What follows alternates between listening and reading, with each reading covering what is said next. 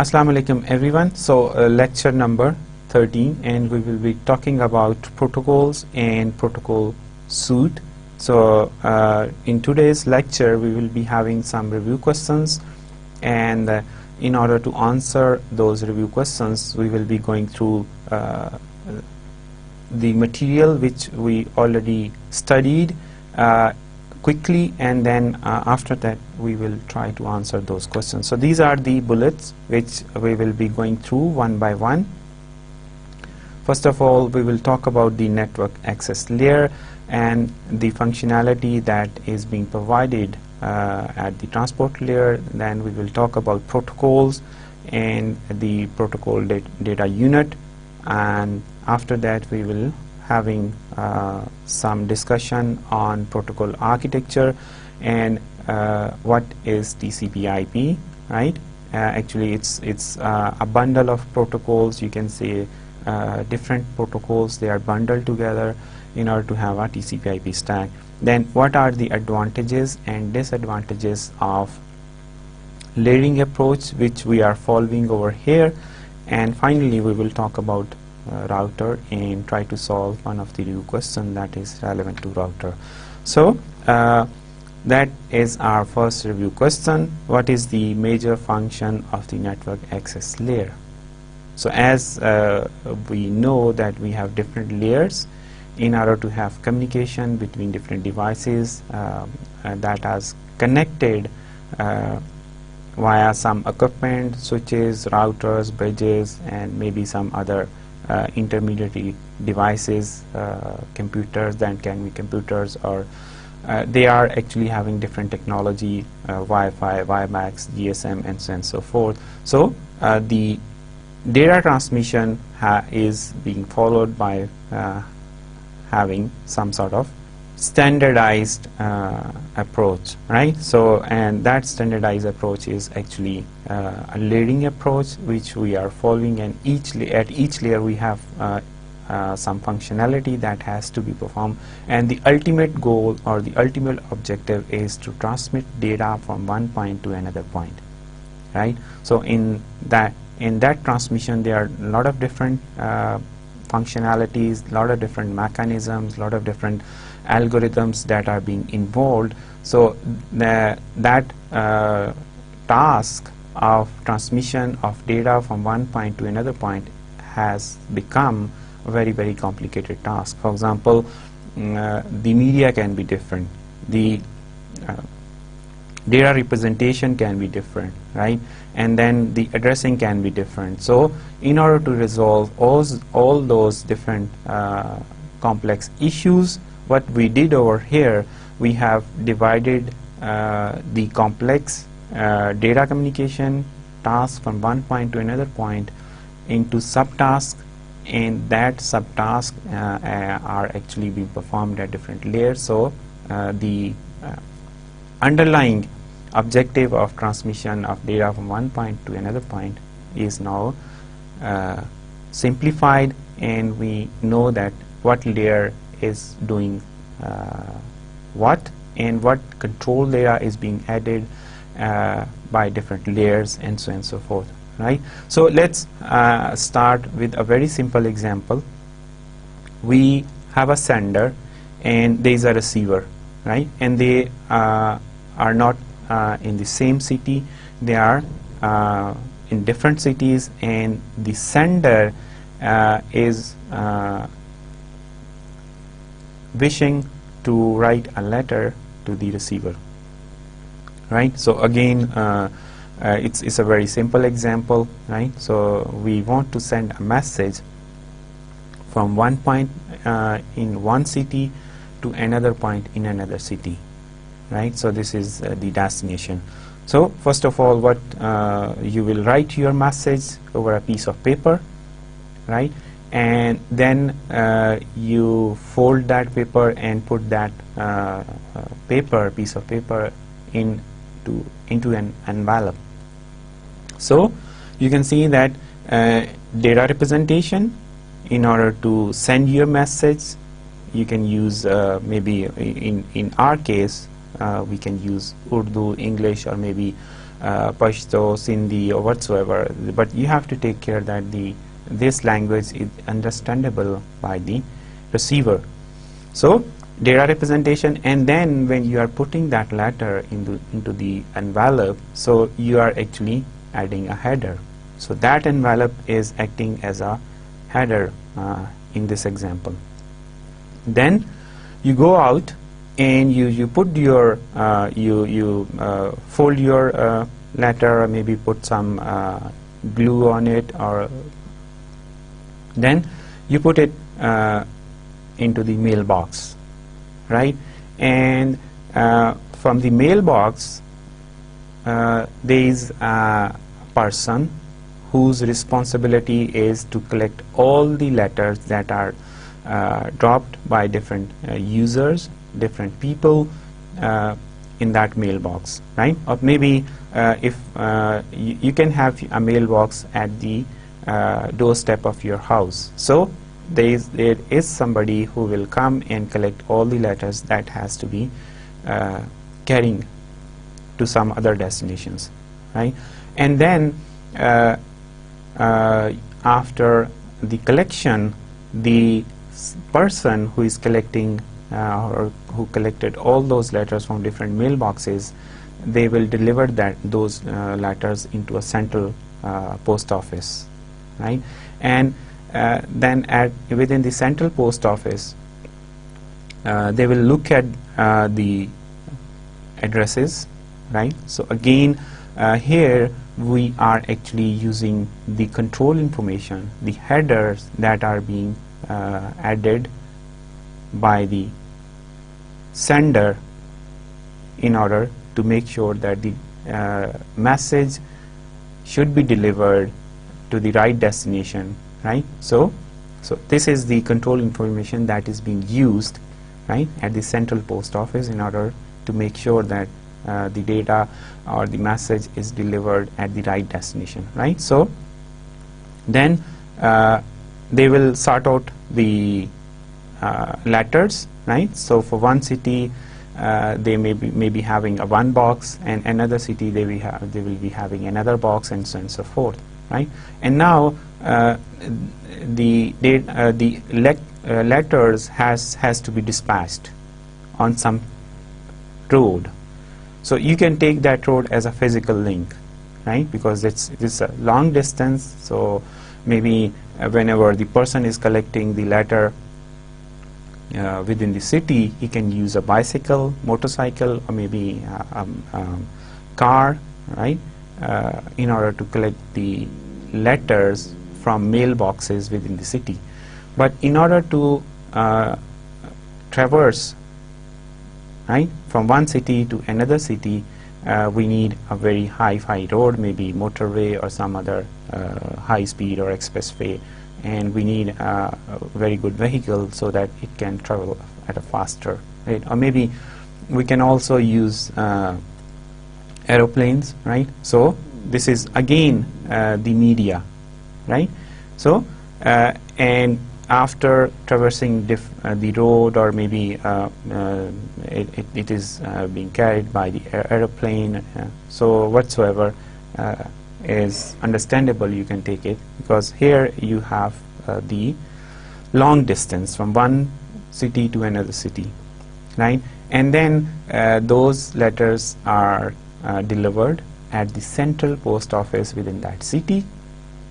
And then after that, if for example it is a big city and there are a lot of different offices for different regions in that city, so from the central post office they will look at the address. So again the control information is being used, right, and they will deliver the letter to the corresponding region accordingly, right? And then from that post office within that region, the person who is responsible for the delivery of letters to the mailboxes, he or she will deliver the letter, and then at the end the receiver will open up his mailbox, and then he will take the letter, and then he can open the envelope. So again,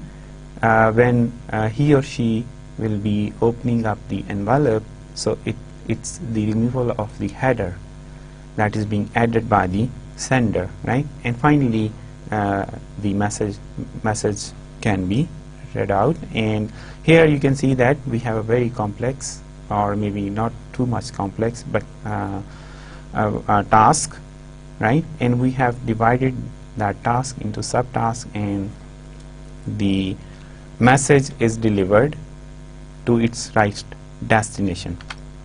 So in similar fashion, we have the objective of data transmission from one point to another point, right? So we have, irrespective of the media, it can be wide media, wireless media, whatsoever, but the goal is to transfer data in a good and efficient way, free of errors, from one point to another point, right? So as I have mentioned, there can be different interfaces, there can be different devices, right?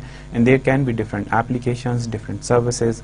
So it looks like a very complicated task in order to send data from one point, from one application to another application, or from one point to another point. So there are different interfaces, different maybe media, different applications, different protocols. So how to achieve that? So in order to simplify it, what we have done over here, we have divided the task of data communication, that is a complicated task, into subtasks, and we have adopted the layered approach. So at each layer, some functionality has to be performed, some control information is added alongside the data, and then that control information, in addition to the data, is sent to the next layer. So that next layer will be responsible its own functionality. It will add its control information, or maybe it needs some data from the neighboring layer, right, in order to have further processing, right? So in that way, we know what are the devices that are being functioning at what layers, right? And the life of the developer, we talk about the application, for service provider, and for the vendor, it will become easy, right? So for example, if I belong to the physical media, so I know the problems, right? I know the functionality. So what I can do, I can focus on those different functionalities, those different problems, and I can launch products that are relevant to that functionality. If we talk about the application, if you are an application developer, right, so you know the limitations, you know the functionality that is actually present at that layer, right? So this is the plus, this is the advantage of adopting that layered approach. So let's talk about the functionality that is being performed at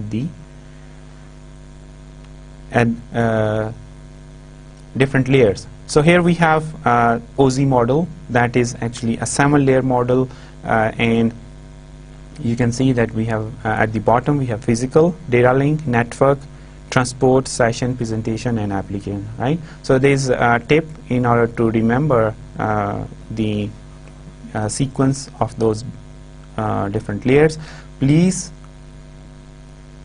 do not take salesperson advice. Please, physical, do data link, not network, take transport, sales, session, person, presentation, advise, application, right? So we can also define a sentence so that we can remember those different layers from top to bottom, but you can simply go one way, right? Because if we talk about the transmitter, so what the way out from top to bottom. If we are talking about the receiver or the point where the data is received, then we will process from bottom to top. So first the data will arrive over some physical media, so that is relevant to the physical. Then the maybe we have some interface terminating hardware, right, that is actually terminating that media, so data link, and then we have different addressing or maybe different packets, so network, transport, session, and so on and so forth.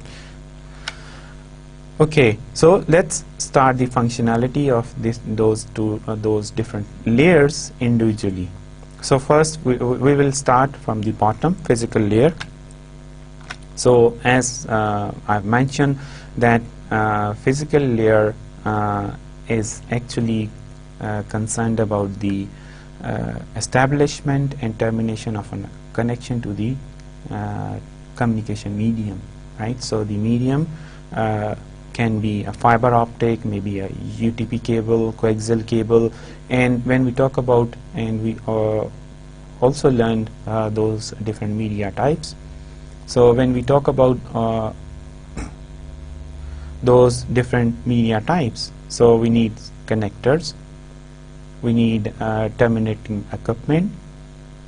If we take the example that I'm using my system, my laptop, in order to transmit data, but the medium I have to use is fiber optics. So I must use an equipment because my system, it has an Ethernet interface, so it will be providing digital data in the form of electrical pulses, right?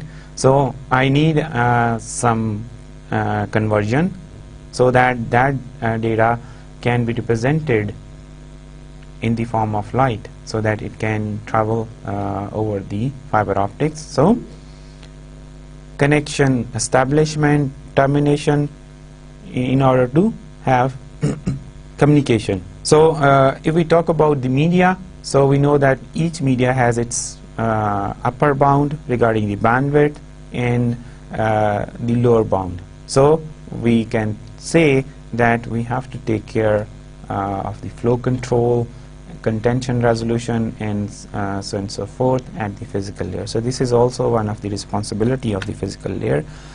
And here comes the point which I already talked about, that the conversion, interconversion, right? If we have a fiber optic that is used from one city to another city, so of course we need conversion between representation of digital data in the user's equipment. Okay, so here comes the second layer, that is sandwiched between physical layer and the network layer, right? So the data from the network layer will go to data link layer, and then data link layer can use the control information that is sent from the network layer, and then it can add its own header, right? And then after adding its own control information, it will send in data to the physical layer. So these are the different functionalities that are being performed.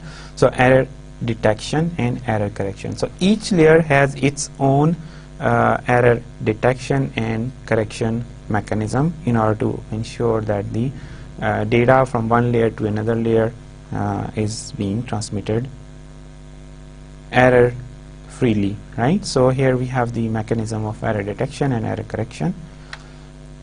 So these are the some of the functionalities that are being performed at the data link layer. Framing, we can talk about the Ethernet frames. Then each device that is connected over some network, or maybe you can take the example of network of networks, that is internet. So each device at the internet it must have a unique MAC address in order to have data communication. Then for flow control, and of course error control and access control. So how the medium will be accessed. physical medium, right? And here we have the hop by hop delivery. So you can say that we have a link. This is the intermediary device in order to connect different end systems. We have some intermediate devices that can be a switch, a router, maybe a bridge, right? So this is the link, physical link. So you can see that we have a hop to hop delivery, and in that delivery the information from data link layer can be used.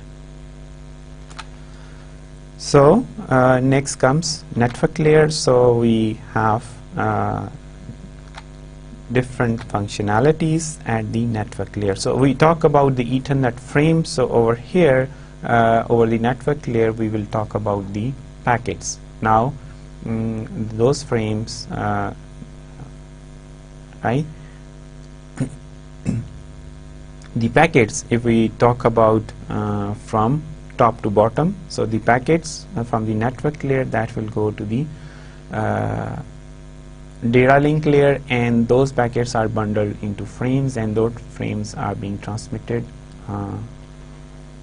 by using the Ethernet interface. So here we have the data packets, and then we have logical addressing, IP addresses, right, and routing, because we have to make sure the routing of packets, and in order to do that we must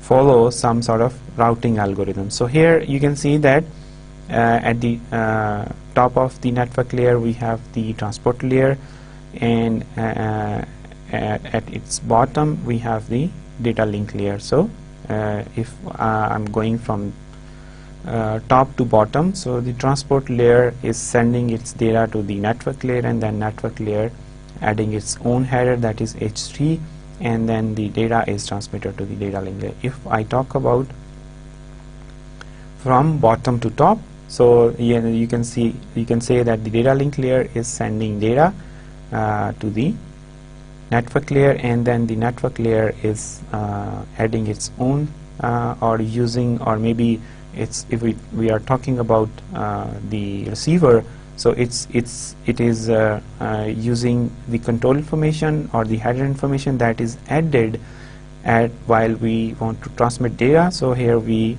want to extract the data, so that control information is exploited, is used over here, and then it is transmitted or delivered to the next layer, that is the transport layer.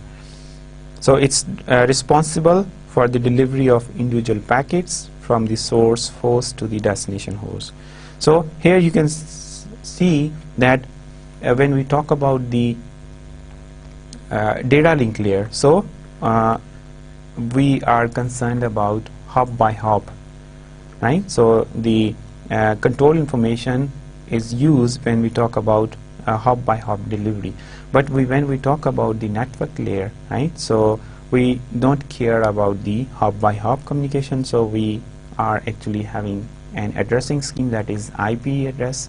So we will be actually interested or will be focusing on source to destination delivery. So this device has an IP address, and this device also has an IP address. So we will be using those IP addresses in order to make sure source to destination delivery, right? So in between devices, they can use the control information that has been present in the data link layer, or maybe physical and the network layer headers, right?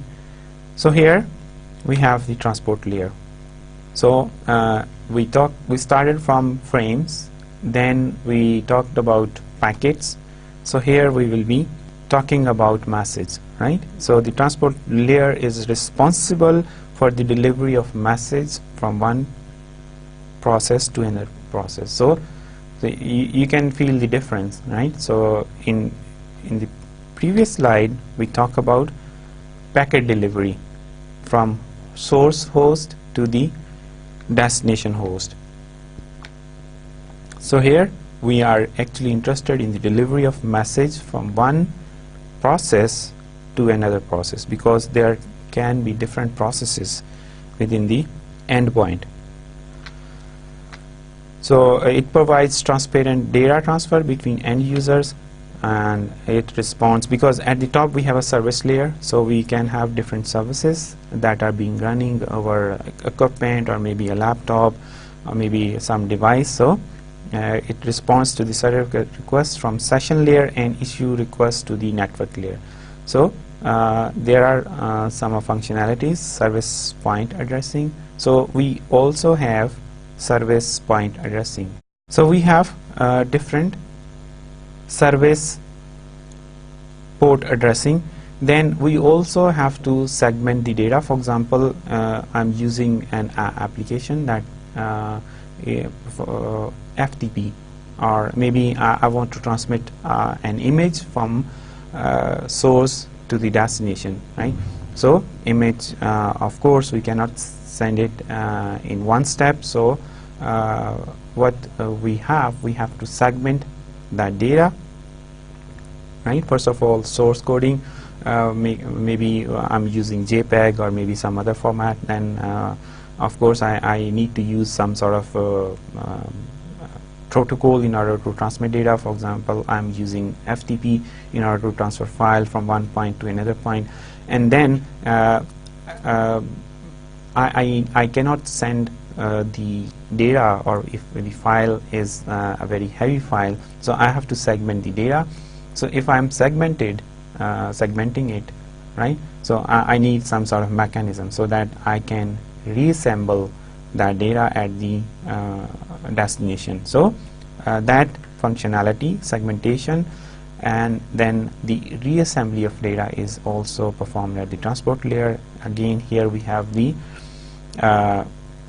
error control, right, at the transport layer, and then we also have the flow control and connection control, that is from end to end. Okay, so here we have reliable process to process delivery. So as I mentioned, there can be a number of processes that are being performed over a single machine. So we have different processes. So this process has to deal with, for example, this is communicating with this middle one is communicating with the middle one over there, right? So we have the network between those two devices, right? And you can see that at the transport layer we are actually concerned about the process to process data delivery, right? So session layer provides a mechanism for handling a dialogue or managing a dialogue between end user application processes. So let me give you a very simple example. So I want to make a phone call. So I'm calling from my cell phone. So what I will do, I will dial the number, and the destination number is also from a cellular company. So you can see that when you dial the number, so there is a delay before you hear the bell, that the bell is ringing, or maybe the other phone is busy whatsoever. So during that pause there is a dialogue, right? Although there are intermediary devices that are involved, so I'm talking about the dialogue between the endpoints, my cell phone and the destination cell phone. So they talk about what kind of media, what kind of codec you are uses, what are your capabilities, how much data you can handle, and so on and so forth. So this is, you can say, the connection setup time, when or call setup time. So when the two endpoints, they are talking with each other in order to fix some rules, some standards before starting the actual communication, before starting the actual data flow, right? So this is the same, that they conduct a dialogue between the end user application processes. The application and user applications, they dialogue with each other in order to have the data delivery. And then the session layer it also has to decide either the communication will be a full duplex or it will be a simplex or maybe a half duplex, right? So that sort of information is also shared, and then it is also concerned about synchronization. And then presentation layer, right? So as mentioned, that you have to present your data. For example, you want to transmit an image, so what is the format of that image? So for example, JPEG, right? Or maybe if we talk about translation, transcoding, so you can take the example of translation. So one person can speak English, the other person or the other application or the other process, it cannot understand English. So what you need, it can understand Spanish. So you need translation, and then encryption, encoding and decoding, right? So at the presentation layer, it is very important in order to have that sort of encryption, decryption, and then compression. If I want to send huge data, right, and my physical media, it has a very low capacity link, so I obviously I want that if there is some compression capability I can use or I can have, so I will be interested in order to compress my data. So that sort of functionality, translation, encryption and compression, is performed at the presentation layer, right? And then application layer, the actual application, right? So for example, FTP, file transfer protocol, and then we have mail services, then we can also have different directory services. So there are different applications, right? So those different applications, they have to be at the application layer, and there are some sort of protocols that are being supported in order to facilitate that application layer, that is HTTP, FTP and DHCP. So the application layer is responsible for providing services to the user, right? So you can say that this is the interface between the user and the computer. So the developer is actually will be developing applications in order to provide an interface between the end user and the computer system, or between the laptop or maybe the iPad or some other device. So here we have the whole OZ layered model, and you can see different functionality. Application layer allow access to network resources, then presentation, translation, encryption and compression.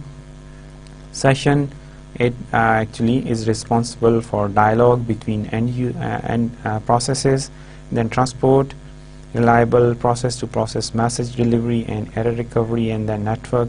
So here we have packets, and it has to be ensured that those packets are delivered at the destination without errors. Then frames, those packets are again bundled up into frames in order to transmit those frames. And then a physical layer, this is, so here we have the TCP IP protocol stack, right? So actually TCP IP was developed before OZ. So here we have 4 layers, right? And each layer has its own functionality. So you can say that some of the layers that are at the OZ layer, they are merged together, and we have TCP IP protocol stack here. So here is the TCP IP protocol stack. You can see here application again. So what is done over here, application, presentation and session, they are merged together, and we have application layer in the TCP IP stack.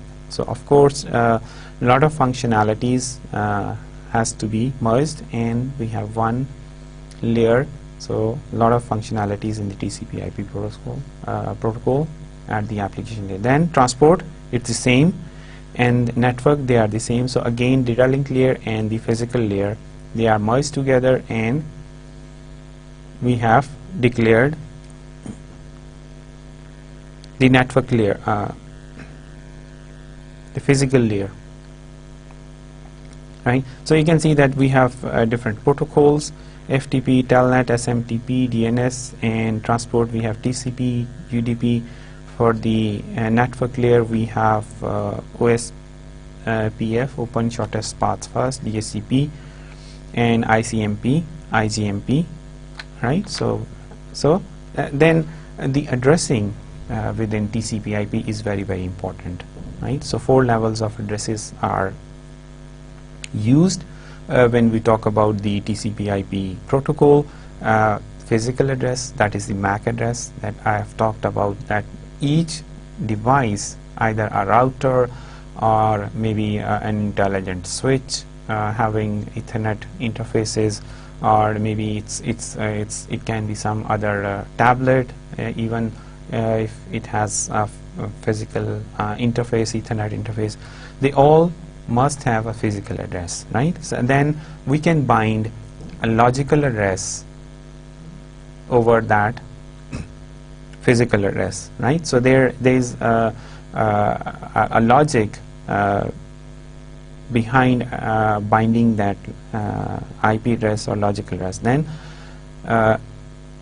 as mentioned, that over a computer we can have more than one application, more than one sessions, more than one processes. So how we can distinguish that which data will go to which process, which application, right, or which session or which service. So in order to have that sort of data delivery and data addressing, we have port addressing, right? So each application or each maybe different services, they have different ports, right? So and then we have specific addressing, right? So here we have the application layer, transport, network layer, data link layer, and physical layer, right?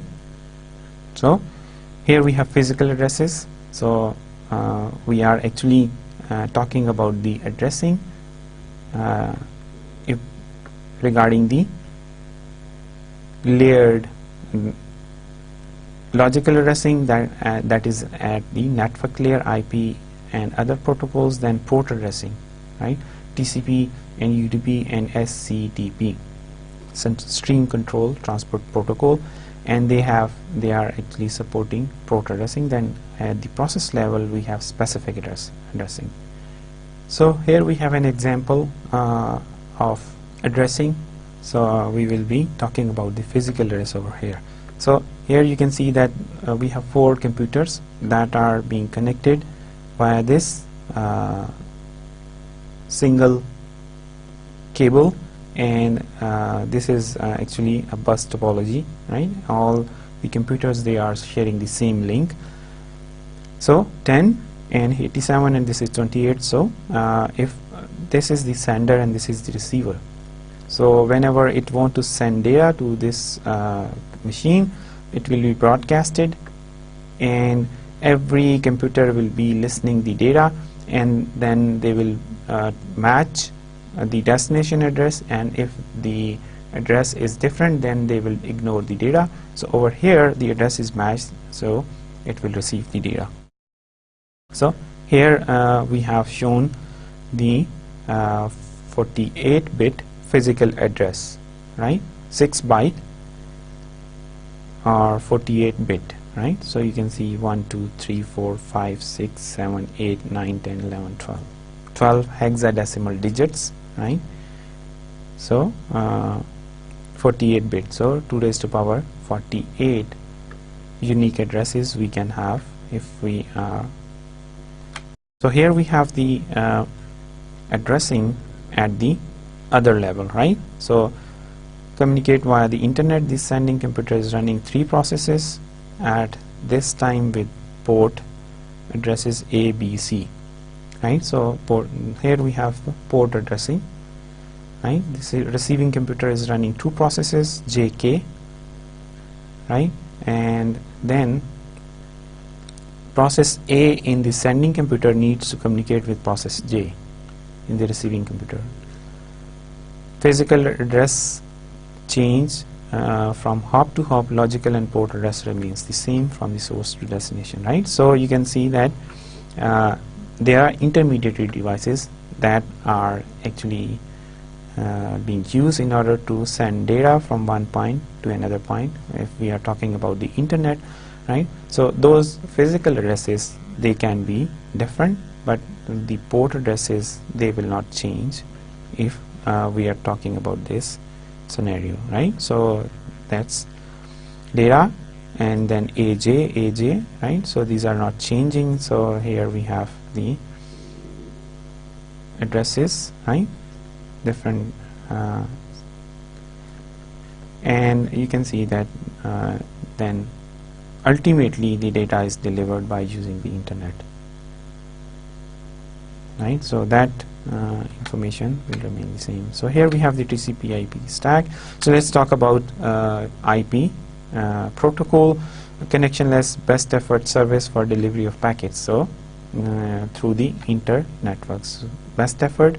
So no error checking. So if data is delivered, okay, well and good. If not delivered, it will not perform any checksum, right? Upper layer should take care of sequencing, right? So the in order to detect error detection and correction, the upper layers will be performing this functionality, but this IP protocol is not taking care of the error checking and correction, right? Okay, so then we have Internet Control Message Protocol, ICMP. It's a companion protocol that is complementing IP protocol for error reporting and query to the host, right? So here we have another mechanism for the error detection and reporting, right? IGMP, Internet Group Management Protocol. So it's for multicasting group membership within a domain, right? Similar to ICMP, IGMP, query and reply message. So it's a query and reply based protocol, right? And periodic queries are used to find new multicast members within the domain, right? So then DHCP, Dynamic Host Configuration Protocol. In order to acquire the IP address, we can use this protocol, right, over the internet or maybe over a local area network. So it's also complementing IP protocol, internet routing protocol, right, routing information protocol. Then open shortest paths first. So I will be skipping all those protocols because they are at the same layer. Then this is an important protocol, border gateway protocol. So it's intra-autonomous systems communicate with each other using path vector routing protocol, right? So it's actually if we have a network, huge network, right? So and then we want to ensure data delivery without errors, right? Or we want to provide redundant data delivery, so we will be using the border gateway, right? So you can see that we have different choices. This link fails, right? This link fails, we can use this. If this fails, right? So there we have different choices. And then we have TCP, Transmission Control Protocol. It's an right maintained at each node, indicating the best known distance and the next hop. So you can see. So I am going through quickly. So then we have TCP for wireless, right? So this is important regarding our course. We have some issues, right? We have more delays, we have power issues, we have computational issues when we talk about the delivery over the wireless internet, wireless infrastructure, right? So there can be some modifications that can be done if we want to use TCP, right? Okay, then connected oriented protocol. It's a connected oriented protocol, connection oriented protocol. It's reliable, and the functionality of the TCP, it includes flow control, congestion control, data segmentation, right, and retransmission. Because it's connection oriented, it ensures the delivery of data and then recovery. So there are a lot of functionalities. So for wireless, that might not be a good choice. So that's why a lot of devices, they are using UDP, that is connectionless, right? So good abstraction in the network design are interference limited, and the information delivery capability is closely dependent on current channel quality, right? So we have limitations regarding the bandwidth, regarding computation and delay. So we have to use modified. So this is a TCP SAC, acknowledgement and selective retransmission, right? WTCP, that is specially modified for wireless, right? Separate flow for wired and wireless segments. So there can be a scenario where we have one part is wired and the other part is wireless. So my source is in wired part and my destination is in the wireless part, right? So in that case, we can use WTCP protocol, right? So when we traversing the wired part, right? So we'll be using separate flows, and when we will be traversing the wireless part, and then freeze TCP protocol. So there are different approaches in order to have data transmission when we have a converged infrastructure. Split TCP approach, right? Indirect TCP, right? So here you can see that this is access point, and here we have the core network, and this is the MS wireless link, and then we have the wire domain, right? So of course, when we talk about the wireless, so mobility is very important, right? And you can also think about the handoffs, right? So for example, I'm in one area, service area, so I want to switch, I have to switch from one cell to another cell. So in that case, this switching should be seamless, so that there should be no interruption when we are accessing some services. So when an MN moves into a new BS domain, right, so there can be a lot of issues when we talk about the mobility. So the protocol should be mobility aware. They should handle that scenario, and they should provide seamless access to the services, applications when we talk about the. And then we have IVP6. The reason was that in case of IVP4, we have limited addresses, so we want to enhance the number of addresses. So that's why we developed IVP6, and in IVP6 we have a lot of other features. The main objective was to have more number of addresses. So here we have IVP4 header format, right? So you can see that it's version.